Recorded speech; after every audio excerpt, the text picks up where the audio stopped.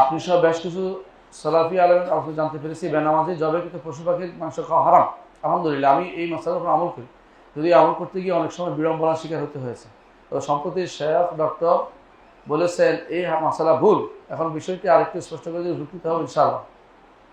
ভুল বলেছে এই জন্য আপনি সন্দেহ করেন, এই জন্য সন্দেহ করে খাওয়া বন্ধ করবেন না। যদি আপনি শিওর জানেন যে সে বেনামাজি কোনো নামাজ টামাজ পড়ে না, তাহলে ইমানদার না, তারটা খাওয়া দাওয়া, কারণ সে মোরতাদ হয়ে গেছে। কথা বুঝছেন কিনা? সে মোরতাদ হয়ে গেছে। কিন্তু আপনি সন্দেহ করে বাজারে যাইয়া বেনামাজি মনে হয় কিনবো না, খাবো না, ওটা খাওয়া যাবে না, এটা করবেন না।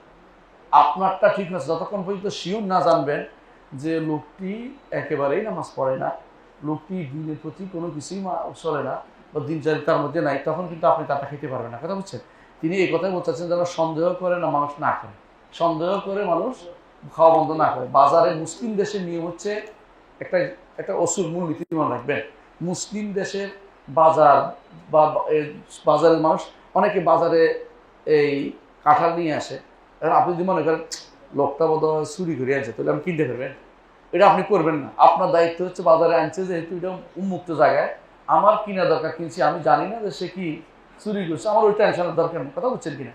ওই কাজটাই খারাপ যে আপনি সন্দেহ করে লোকটা বোধ হয় চুরি করে আনছে, অথবা লোকটা বোধ নামাজ পড়ে না, এই জাতীয় টেনশন করবেন না। আপনি স্বাভাবিক কিনে যাবেন।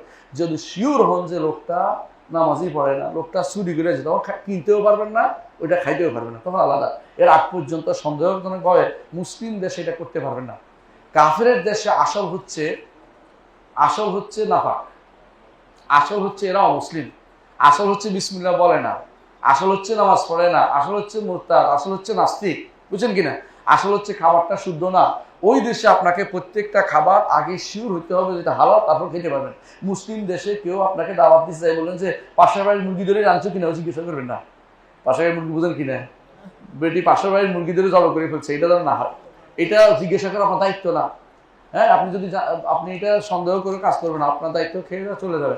কারণ আপনি ভালো আছেন, অন্যায় করলে সে করছে, এই দায়িত্ব আপনি পড়বেন না। এটা হচ্ছে নিয়ম, বুঝছেন? যত কিন্তু স্পষ্ট না করে দিবে যে আমি কিন্তু নামাজ পড়েই না, সে তার কিছু খাওয়া যাবে না, বুঝছেন? সন্দেহ করে কাজ বন্ধ করবেন, সন্দেহ করে করবেন না। শিওর হলে সেটা অবশ্যই তার জব করা জিনিস খাবেন।